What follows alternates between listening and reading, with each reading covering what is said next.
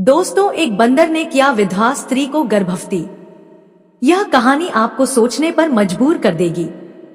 कहते हैं, जब जीवन में सब साथ छोड़ दें, तब एक अजनबी का साथ भी किसी वरदान से कम नहीं होता। पर जब वह अजनबी कोई इंसान ना होकर एक बंदर हो, तब तो यह और भी अनोखी बात हो जाती है। दोस्तों, आज की जो कहानी है, वह कहानी आपको सोचने पर मजबूर कर देगी, क्योंकि यह कहानी एक देवयानी नाम की विधवा स्त्री की है, जिसका जीवन अकेलेपन और तानों की आग में सुलग रहा था। लेकिन एक दिन तपोवन के उस गहरे जंगल से एक बंदर आया, जो न केवल उसका बोझ बांटने लगा, बल्कि उसके आंसुओं का भी हमदर्द बन गया। क्या एक बंदर किसी स्त्री का सहारा, साथ ही रक्षक बन सकता है? साथ ही एक बंदर और एक स्त्री की प्रेम कहानी जानने के लिए इस वीडियो में अंत तक बने रहिए। चलिए कहानी शुरू करते हैं।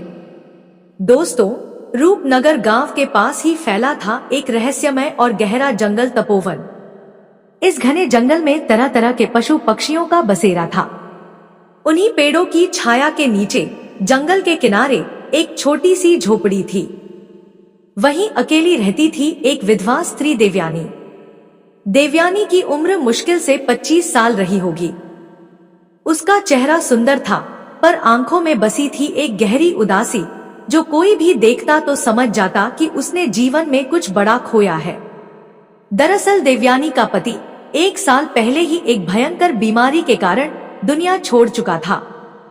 तब से वह अकेली हो गई थी, ना कोई परिवार, ना कोई सहारा। अब उसका जीवन केवल 2 कामों में बीतता, जंगल से लकड़ियां काटना और गांव में सिलाई बुनाई का छोटा मोटा काम करके पेट पालना। वह मेहनती थी, पर एकाकी भी। गांव के कुछ लोग उसकी सुंदरता के कारण उस पर व्यंग्य भी कसते थे। कभी उसके अकेलेपन का मजाक बनाते, तो कभी पीठ पीछे कुछ कह जाते, लेकिन देवयानी चुप रहती, क्योंकि दोस्तों, दुनिया अक्सर दूसरों की मजबूरी को उसकी कमजोरी समझ बैठती है। जब इंसान अकेला होता है, तो हर कोई उसे कुछ भी कह जाता है, लेकिन जब वह संकट में हो, तब उसके आंसू पोंछने वाला कोई नहीं होता। उसने किसी की बात का कभी जवाब नहीं दिया। उसके लिए अब जीवन का मतलब केवल इतना था, रोज की जरूरत है किसी तरह पूरी हो और दिन किसी तरह कट जाए। एक दिन की बात है, देवयानी तपोवन के भीतर जाकर लकड़ियां इकट्ठा कर रही थी। तभी एक पेड़ की ऊंची डाल से एक बड़ा सा बंदर कूदा और सीधा उसके सामने आकर बैठ गया। अचानक आए इस बंदर को देखकर देवयानी थोड़ी घबरा गई। हाथ में पकड़ी लकड़ियां नीचे गिरते गिरते बची, पर हैरानी की बात यह थी कि बंदर ने कोई आक्रमण नहीं किया। ना दांत दिखाए, ना कोई डरावनी हरकत। वह बस चुपचाप उसकी ओर देख रहा था, जैसे किसी खोई हुई चीज को पा लिया हो। देवयानी ने हिम्मत जुटाकर उसकी ओर देखा और धीमे स्वर में पूछा, तू कौन है? क्या चाहता है मुझसे? बंदर ने कुछ नहीं कहा, बस धीरे से सिर झुका दिया। उसकी आंखों में अजीब सी समझदारी झलक रही थी, मानो वह उसकी भाषा समझ गया हो। देवयानी ने भी धीरे से मुस्कुरा दिया और फिर अपने काम में लग गई। बंदर वहीं बैठा रहा, उसकी हरकतें देखता रहा। जब देवयानी लकड़ियां समेटकर उन्हें बांधने लगी, तो वह बंदर पास आया और बिना कहे उसकी मदद करने लगा। देवयानी चौंकी, लेकिन वह डर की जगह अब हैरानी से भर गई थी। उसने पहली बार किसी बंदर को इतनी शांति और समझदारी से मदद करते देखा था। लकड़ियों का गट्ठर बंध चुका था। देवयानी ने झुककर बंदर के सिर पर प्यार से हाथ फेरा और मुस्कुराकर कहा, तू बहुत समझदार है। अब वह बंदर रोज आने लगा। कभी वह जंगल से मीठे फल लाकर उसकी झोपड़ी के बाहर रख देता, तो कभी देवयानी के कामों में हाथ बंटा देता। दोपहर की धूप हो या शाम की ठंडी हवा, वह उसके साथ बैठा रहता, जैसे कोई पुराना साथ ही हो। देवयानी के जीवन में धीरे धीरे एक नई रोशनी आने लगी। उसके होठों पर मुस्कान खो गई थी, वह लौटने लगी थी। उसके भीतर जो खालीपन था, वह भरने लगा था। वह अब दिन गिनकर नहीं काटती थी, वह अब जीने लगी थी। समय ऐसे बीतता गया और बंदर, जिसका नाम उसने अपने मन में विभांशु रख लिया था, उसके जीवन का हिस्सा बन गया। जब देवयानी उदास होती थी तो विभांशु कुछ ऐसी हरकतें करता कि वह हंस पड़ती, और जब वह अकेली महसूस करती तो विभांशु चुपचाप आकर उसके कंधे से सिर पर हाथ फिराता, जैसे कह रहा हो, मैं हूं ना। देवयानी अब उसे केवल एक बंदर नहीं समझती थी, वह उसके लिए किसी परिवार से कम नहीं था। प्रिय दर्शकों, एक रात की बात है। चांदनी अपने शबाब पर थी, आकाश में दूध जैसी रोशनी बिखरी थी। देवयानी अपनी झोपड़ी के बाहर बैठी उस चांदनी को निहार रही थी। पास ही एक पेड़ की डाल पर विभांशु चुपचाप बैठा उसे देख रहा था। उसकी निगाहों में एक विचित्र शांति थी। देवयानी ने ऊपर देखा और मुस्कुरा कर पूछा, तू मेरे साथ हमेशा रहेगा ना? बिना किसी आवाज के विभांशु उस डाल से कूदा और सीधा देवयानी के पैरों के पास आकर बैठ गया। उसने अपने दोनों हाथों से विभांशु को उठाया और गोद में बिठाकर उसके सिर पर प्यार से हाथ फेरने लगी। उस रात पहली बार देवयानी को अपने अकेलेपन का एहसास नहीं हुआ। एक दिन की बात है, देवयानी की तबीयत अचानक बिगड़ गई। उसे तेज बुखार चढ़ गया था। वह कांपती हुई अपनी झोपड़ी के भीतर लेटी रही। बाहर तपोवन में शांति पसरी थी, पर झोपड़ी के भीतर बेचैनी का आलम था। उसके पास कोई इंसान नहीं था जो पूछे कैसी हो, पर वह अकेली भी नहीं थी। झोपड़ी के कोने में बैठा विभांशु, वह बंदर, बड़ी चिंतित आंखों से देवयानी को देख रहा था। जैसे ही उसे एहसास हुआ कि देवयानी ठीक नहीं है, वह बिना देर किए जंगल की ओर दौड़ा। एक एक पेड़ पर चढ़कर हर जगह से उसने मीठे और पौष्टिक फल इकट्ठा किए और थैली की तरह अपने शरीर में लपेटकर वापस लौटा। वह चुपचाप उनके पास आया और उन फलों को देवयानी के सिरहाने रख दिया। देवयानी ने बहुत मुश्किल से अपनी आंखें खोली।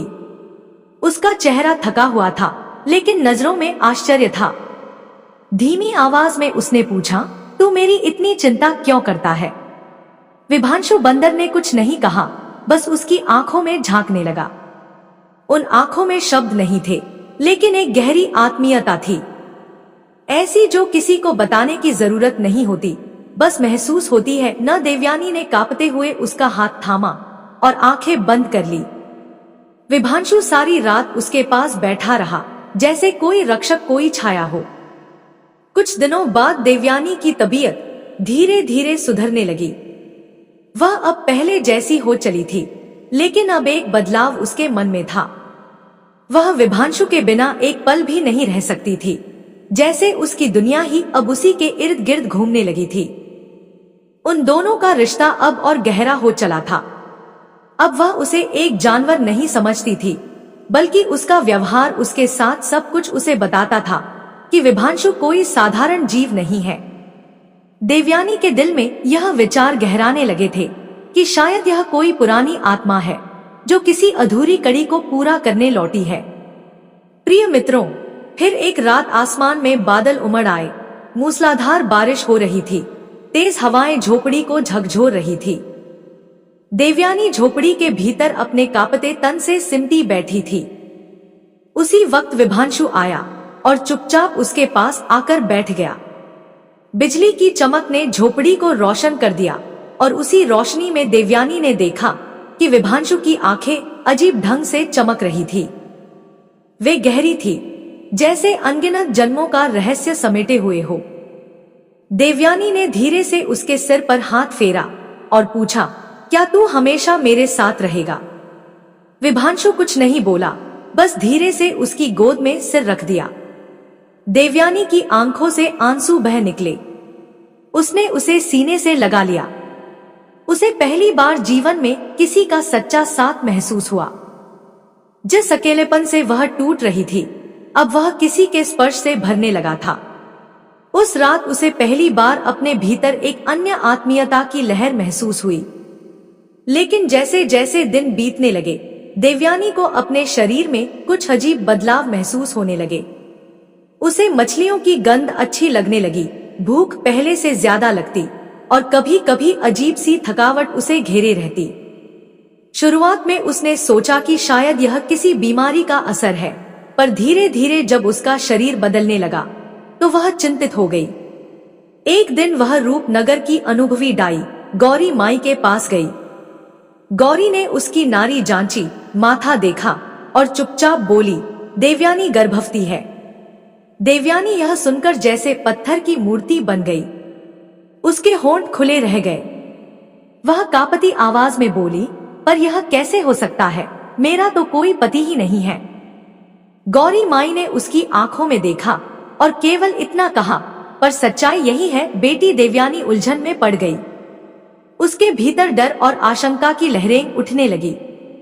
उसका मन भागा उस रात की ओर जब बारिश में उसने विभांशु को अपनी गोद में लिया था और पहली बार अपने अकेलेपन को विभांशु के सानिध्य से भरते देखा था। वह रात कोई साधारण रात नहीं थी। क्या यह संभव है कि उसके गर्भ में पल रही संतान का कारण वही विभांशु है?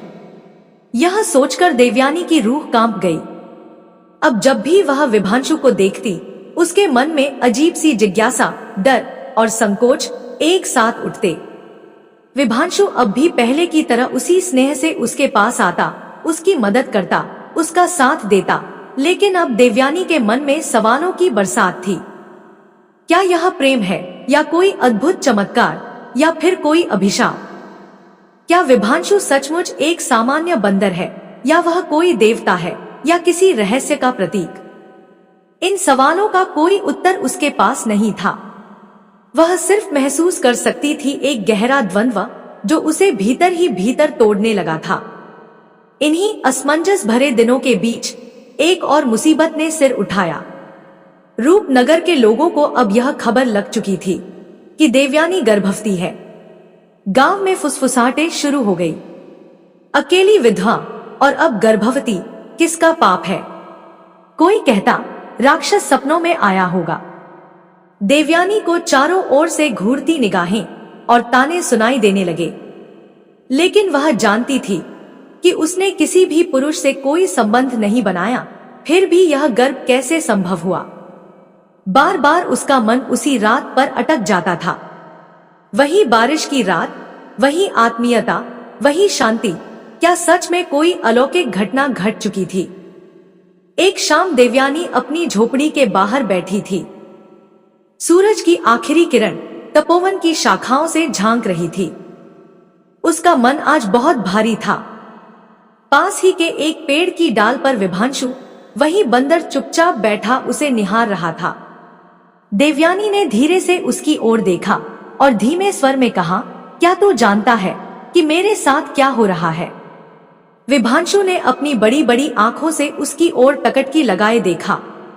वह आंखें आज भी वैसी ही थी जैसी उस रात चमकी थी जब पहली बार दोनों के बीच एक आत्मीय रिश्ता जन्मा था। देवयानी की आंखों में आंसू भर आए, आवाज कांप रही थी। फिर भी उसने कह ही दिया, मैंने तुझसे प्रेम किया है विभांशु, पर यह कैसे संभव है कि तू ही मेरे गर्भ का कारण बन गया? विभांशु अब धीरे से झोपड़ी के सामने आया और चुपचाप उसके पैरों के पास बैठ गया। उसने अपना सिर उसकी गोद में रख दिया, जैसे कह रहा हो, मैं जानता हूं, पर मेरे पास भी कोई शब्द नहीं है। देवयानी ने कांपते हाथों से उसकी पीठ सहलाई, लेकिन उसका मन अब भी सवालों से भरा था। उत्तर कहीं नहीं था और हर उत्तर की उम्मीद बस उसी के इर्द गिर्द घूम रही थी। इस बीच रूपनगर में हलचल मच चुकी थी। गांव में यह खबर आग की तरह फैल गई थी कि देवयानी गर्भवती है। गांव के लोग, जिनके पास दूसरों की परेशानियों का समाधान नहीं, पर चर्चा जरूर होती है, अब देवयानी के बारे में कानाफूसी करने लगे। एक विधवा और अब गर्भवती, किसका पाप है यह? कहीं जंगल का कोई भूत या राक्षस तो नहीं? कुछ ही दिनों में धर्मसभा परिषद ने बैठक बुलाई। धीरज सिंह, गांव के मुखिया, ने आदेश दिया कि देवयानी को पंचायत के सामने लाया जाए। पंचायत के सामने जब देवयानी खड़ी हुई तो सभी की निगाहें उस पर ही थी, जैसे वह कोई अपराधी हो। धीरज सिंह ने कठोर स्वर में पूछा, देवयानी, सच सच बता, तेरे गर्भ का पिता कौन है? देवयानी ने सिर झुकाया। कुछ पल तक मौन छाया रहा। फिर वह धीमे स्वर में बोली, मुझे नहीं पता। पंचायत में खड़े लोग आपस में फुसफुसाने लगे। मुखिया ने भौहें चढ़ाएं, झूठ मत बोलो, बिना किसी संयोग के कोई गर्भ नहीं ठहरता। एक औरत ने कहा, जरूर किसी के साथ गुप्त संबंध रहा होगा। दूसरी बोली, औरतों की इज्जत मिट्टी में मिला दी इसने। देवयानी की आंखों में आंसू थे, लेकिन आवाज में अब भी हिम्मत बाकी थी।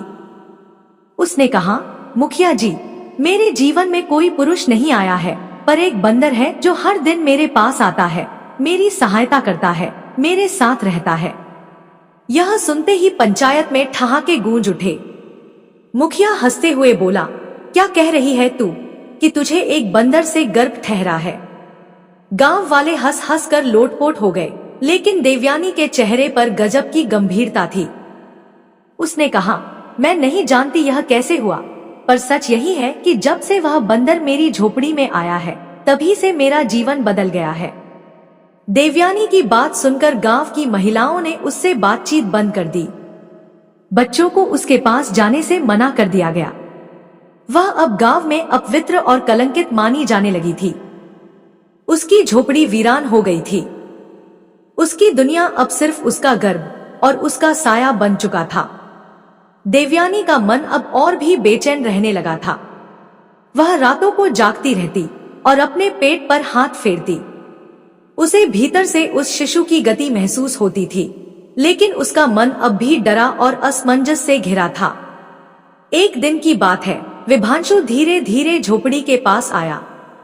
वह चुपचाप उसके पास बैठ गया और अपना सिर देवयानी के घुटनों पर रख दिया। देवयानी ने उसकी आंखों में झांका और धीमे से पूछा, क्या तुम मुझसे कुछ छिपा रहा है? विभांशु की आंखों में कुछ पल के लिए हलचल हुई और फिर उसकी आंखों से आंसू टपकने लगे। देवयानी सन्न रह गई।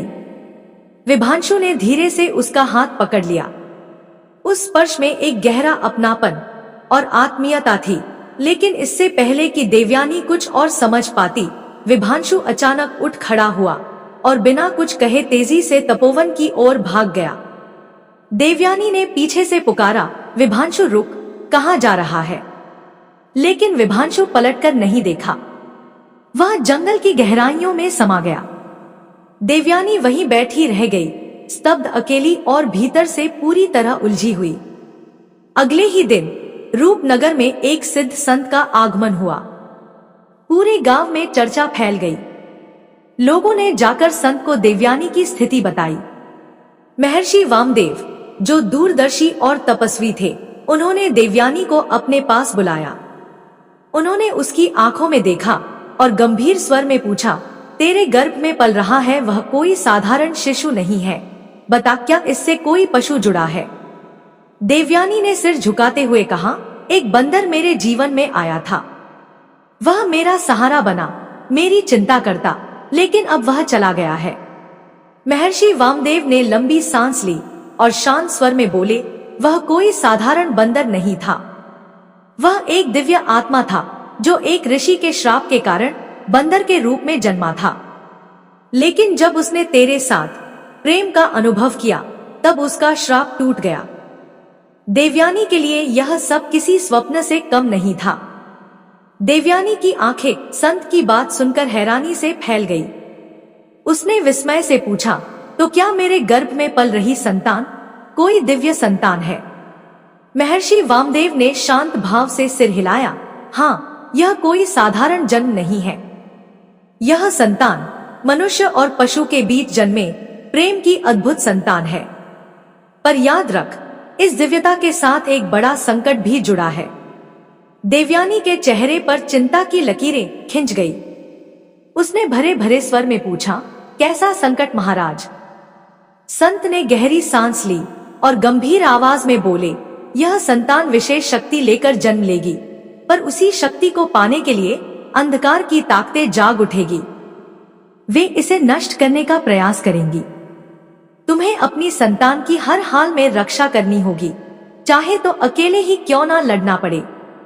देवयानी की आंखों में दर्द था, आशंका थी, पर अब उसमें एक नई दृढ़ता भी जाग चुकी थी। उसने कांपते स्वर में पूछा, लेकिन विभांशु, वह कहाँ गया? क्या वह अब कभी नहीं आएगा? संत मुस्कुराए और बोले, वह अब अपने वास्तविक स्वरूप में आ चुका है। उसने जो प्रेम का अनुभव किया, उसी से उसका श्राप समाप्त हो गया। अब वह देवत्व को प्राप्त कर चुका है, लेकिन जब संकट आएगा वह अवश्य लौटेगा।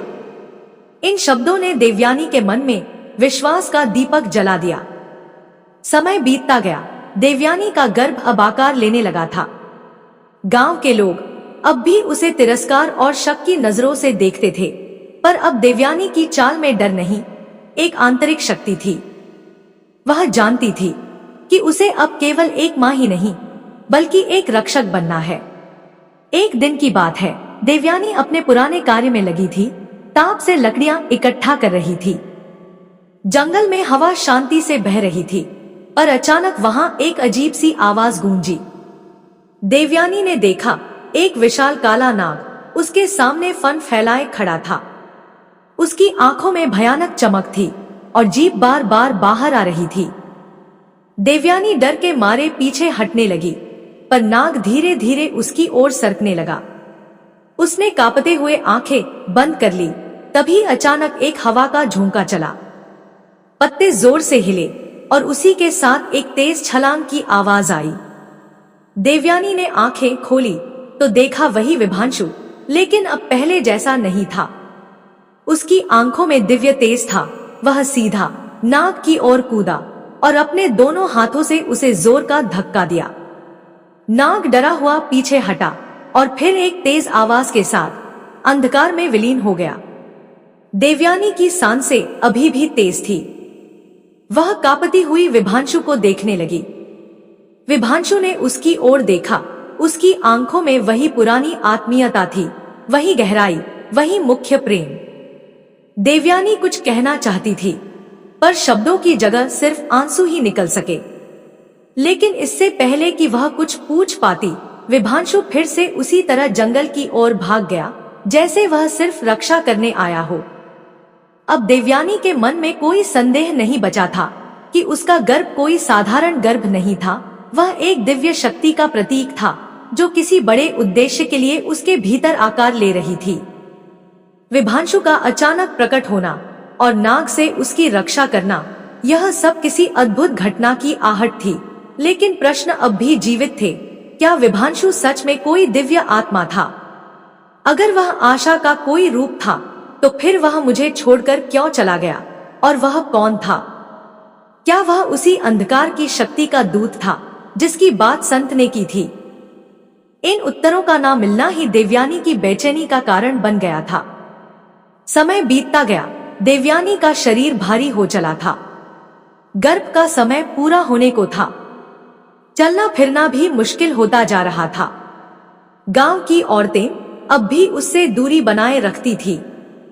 गांव के बच्चों को उसके पास भटकने नहीं दिया जाता था। हर दिन हर रात उसके लिए एक परीक्षा बन चुका था। फिर एक रात आसमान में तेज आंधी चलने लगी। बिजली कड़क रही थी और हवाएं झोपड़ी की छत को हिलाने लगी थी। देवयानी भीतर अकेली बैठी थी, डरी हुई और आशंकित। अचानक उसे ऐसा लगा जैसे झोपड़ी के बाहर किसी के पैरों की आहट हो रही हो। एक अजीब सी सनसनाहट हवा में फैल गई। उसने कांपते हाथों से दरवाजा खोला। सामने खड़ा था एक व्यक्ति, काले कपड़े में लिपटा हुआ, लंबा और भारी शरीर, हाथ में एक बड़ा त्रिशूल।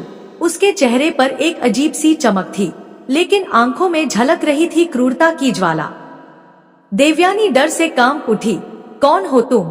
उसने घबराकर पूछा।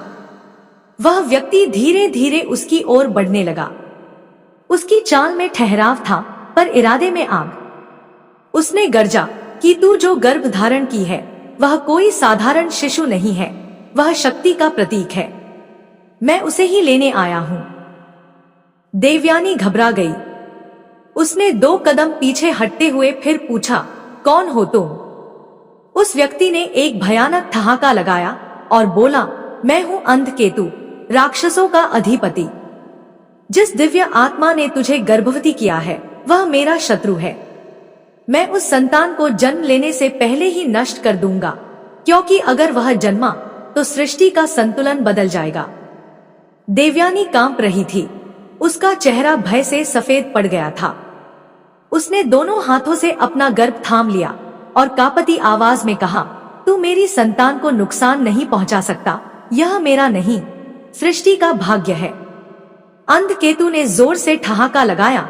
उसकी हंसी में घमंड और अंधकार की गूंज थी। मुझसे बचना असंभव है। वह दहाड़ा और त्रिशूल उठाकर धीरे धीरे उसकी ओर बढ़ने लगा। लेकिन तभी तपोवन वन के भीतर से अचानक एक गगन भेदी गर्जना सुनाई दी। देवयानी चौकन्नी हो गई। उसकी आंखें डर और आशा के बीच झूल रही थी। उसने झोपड़ी के द्वार से बाहर झांका। अंधेरे में दो चमकीली आंखें जलती हुई नजर आ रही थी, जैसे घने बादलों के बीच से बिजली फूट पड़ी हो। एक काली आकृति धीरे धीरे सामने आई। वह विभांशु था, लेकिन अब वह कोई साधारण बंदर नहीं लग रहा था। उसकी आंखों में अग्नि थी। उसके शरीर से प्रकाश की किरण निकल रही थी। वह अब दिव्यता से चमक रहा था। अंधकेतु ने त्रिशूल उठाया और पूरे बल से उसकी ओर दौड़ा। विभांशु ने भी एक तेज गर्जना की और हवा में छलांग लगाकर सीधा अंधकेतु के सामने जा खड़ा हुआ। दोनों के बीच भीषण युद्ध शुरू हो गया। देवयानी झोपड़ी के दरवाजे पर खड़ी कांपती हुई यह दृश्य देख रही थी। उसकी आंखें भय और आश्चर्य से फैल गई थी। अंधकेतु ने त्रिशूल घुमाया, लेकिन विभांशु ने अपनी लंबी पूंछ से उसे कसकर पकड़ लिया और आकाश में उछाल दिया। त्रिशूल दूर जाकर एक पेड़ से टकराकर गिर पड़ा। क्रोधित अंधकेतु ने एक बार फिर झपट्टा मारा, पर विभांशु फुर्ती से बच निकला। फिर अचानक विभांशु ने एक भरपूर वार किया और सीधे अंधकेतु के सीने पर प्रहार किया। अंधकेतु जमीन पर गिर पड़ा और दर्द से तड़पने लगा। उसी क्षण आकाश में बिजली कड़की और एक दिव्य प्रकाश चारों ओर फैल गया। अंधकेतु का शरीर जलने लगा। वह दर्द से चिल्लाया और धीरे धीरे धुएं में बदलकर अदृश्य हो गया। देवयानी सन्न रह गई। अब सब कुछ शांत था। विभांशु ने उसकी ओर देखा। उसकी आंखों में अब कोई भय नहीं था, केवल एक गहरी शांति थी। वह धीरे धीरे उसकी ओर बढ़ा और उसकी हथेली को थामा, और तभी विभांशु के शरीर से एक तेज दिव्य प्रकाश फूटा। कुछ ही पल में वह बंदर अब एक सुंदर युवक में बदल चुका था। देवयानी की सांसें थम गई। उसके सामने एक तेजस्वी दिव्य युवक खड़ा था। उसके शरीर से श्वेत प्रकाश निकल रहा था। उसकी आंखों में करुणा और प्रेम की गहराई थी। उसने धीरे से कहा, मैं कोई साधारण बंदर नहीं था देवयानी, मैं विवान हूँ। मैं ऋषि अत्रि का पुत्र हूँ और मेरे ऊपर एक श्राप था कि जब तक मैं एक स्त्री के निश्चल और निस्वार्थ प्रेम की परीक्षा नहीं दूंगा, तब तक मुझे पशु योनि में भी भटकना होगा। देवयानी ने कांपते हुए पूछा, तो तूने मुझसे प्रेम क्यों किया? विवान ने मुस्कुराकर उत्तर दिया, क्योंकि तेरा प्रेम पवित्र था, उसमें ना कोई स्वार्थ था और ना कोई भय। तूने मुझे अपनाया बिना किसी लालच या संदेह के। यही कारण है कि मेरा श्राप टूट गया। देवयानी की आंखें भर आईं, लेकिन युवक ने गंभीर होकर कहा, अब एक नई परीक्षा सामने है। कौन सी परीक्षा? देवयानी ने घबराकर पूछा। विवान ने कहा, तेरे गर्भ में जो पल रहा है वह कोई सामान्य शिशु नहीं है, वह सृष्टि के संतुलन का प्रतीक है। यह अंधकेतु अकेला नहीं था, उसके जैसे और भी होंगे जो इसे जन्म लेने से रोकने की कोशिश करेंगे। तुम्हें इसकी रक्षा हर हाल में करनी होगी। देवयानी ने उसका हाथ थाम लिया और भरे हुए स्वर में कही, लेकिन तुमने मुझे अकेला क्यों छोड़ दिया था? विवान ने उसकी आंखों में झांका और धीरे से कहा, मैं जानना चाहता था कि क्या तेरा प्रेम सच्चा है और क्या तू मेरे बिना भी इस संतान की रक्षा कर सकेगी। तूने सिद्ध कर दिया कि तू केवल प्रेमिका नहीं, एक सच्ची संगिनी है। देवयानी की आंखों से आंसू बह निकले। वह विवान से लिपट गई और बोली, अब मैं तुझे कभी जाने नहीं दूंगी। विवान ने मुस्कुराकर कहा, अब मैं तुझे छोड़कर नहीं जाऊंगा, लेकिन तेरे गर्भ की रक्षा के लिए मुझे एक बार फिर अपने दिव्य स्वरूप में जाना होगा। मैं तब लौटूंगा जब फिर कोई संकट तेरे और तेरी संतान के सामने खड़ा होगा। देवयानी ने घबराकर कहा, पर अगर तू चला गया तो मैं अकेली कैसे रहूंगी। विवान ने उसके चेहरे को अपने दोनों हाथों में सहलाया और शांत स्वर में कहा, तेरे मन की शक्ति ही तेरा सबसे बड़ा रक्षक है। मैं तेरे साथ सदा रहूंगा, भले तू मुझे देख ना सके। उसने धीरे से देवयानी का हाथ छोड़ा और फिर एक बार उसी तेज दिव्य प्रकाश में वह फिर से विभांशु बंदर के रूप में बदल गया। विभांशु ने अंतिम बार प्रेम से देवयानी की ओर देखा और फिर छलांग लगाकर तपोवन के वन की ओर दौड़ गया।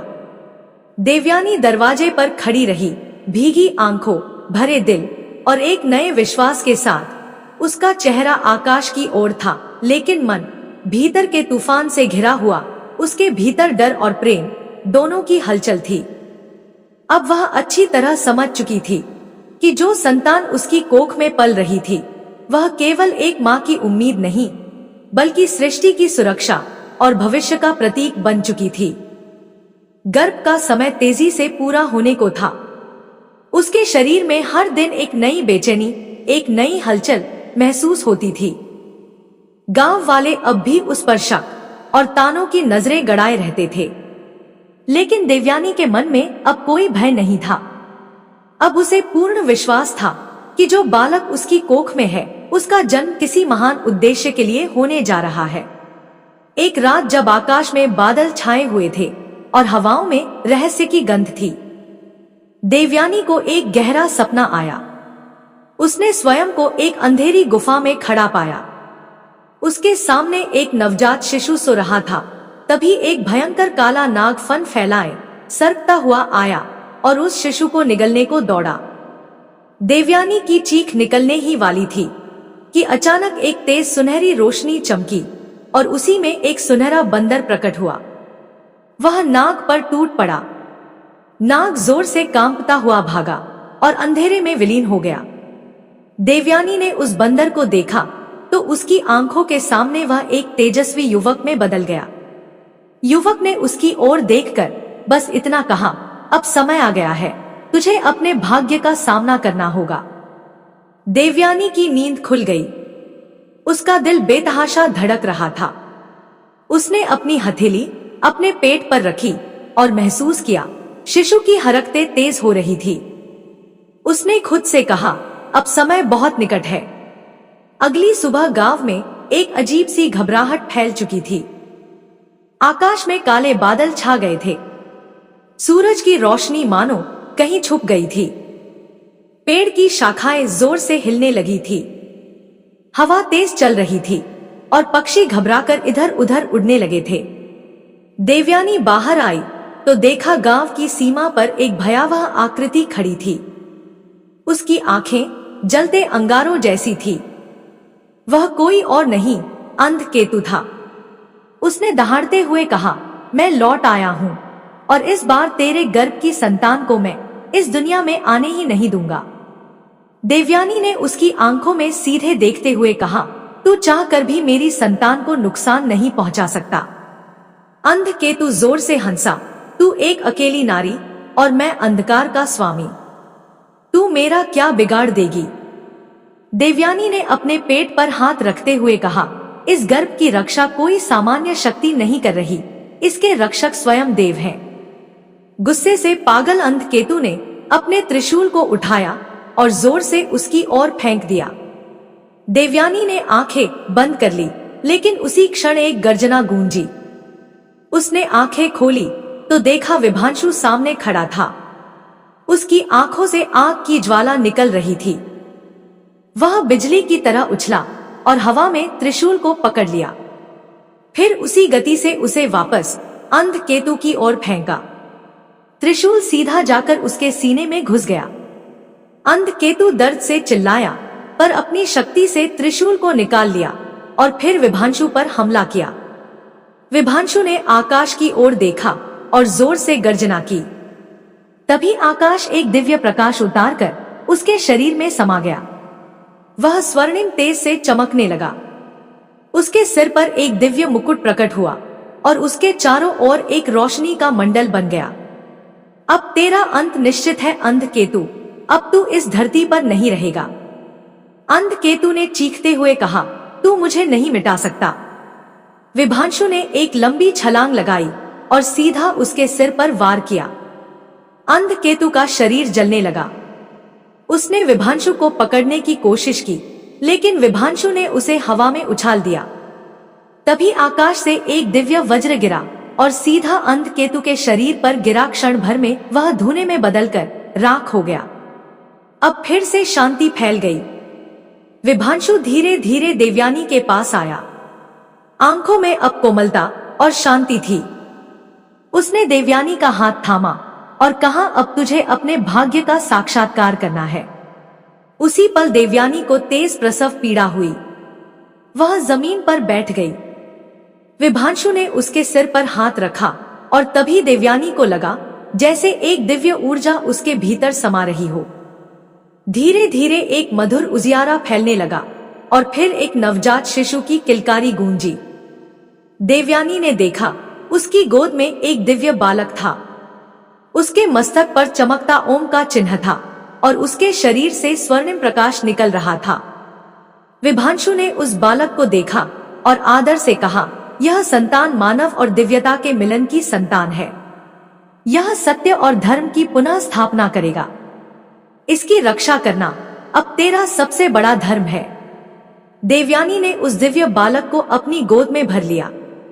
उसकी आंखों से आंसू बह रहे थे, पर उनमें अब पीड़ा नहीं, बल्कि गहराई से भरा प्रेम और संकल्प था। उसने मुस्कुराकर कहा, मैं इस संतान की रक्षा करूंगी, चाहे जो भी हो जाए। विभांशु, जो अब भी अपने बंदर रूप में उसके सामने था, उसे देखकर हल्की मुस्कान के साथ बोला, अब मेरा कार्य पूर्ण हो चुका है देवयानी। वह अचानक घबरा गई। उसकी आंखों में फिर वही डर लौट आया जो बार बार उसे अकेला कर जाता था।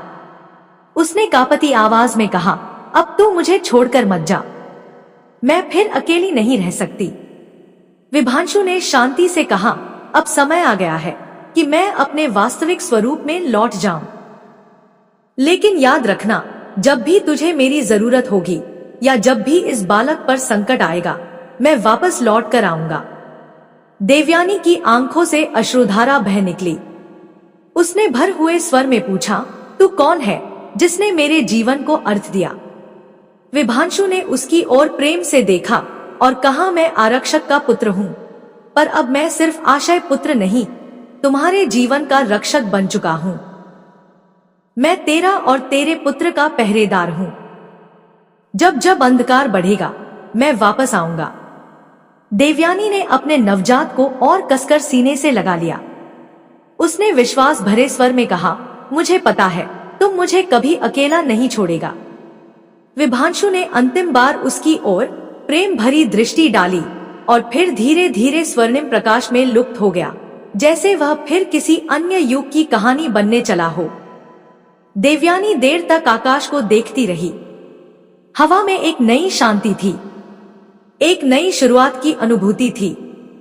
उसने अपनी संतान का नाम रखा अनिरुद्ध, एक ऐसा नाम जो अविरत, अविनाशी और सत्य के रक्षक का प्रतीक था। अनिरुद्ध कोई साधारण बालक नहीं था। उसके चेहरे पर बचपन से ही एक दिव्य आभा झलकती थी। उसके मस्तक का ओम चंद और शरीर से निकलता हल्का सुनहरा प्रकाश सभी को चौंका देता था।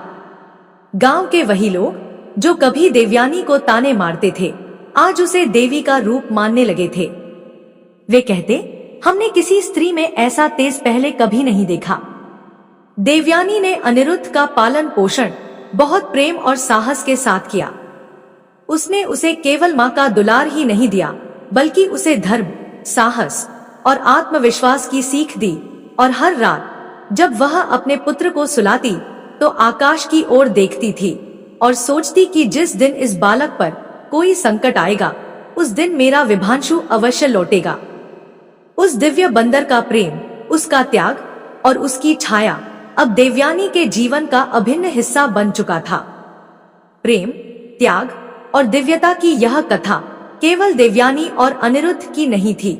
यह एक ऐसी कहानी थी जो युगों युगों तक लोगों को प्रेरणा देती रहेगी।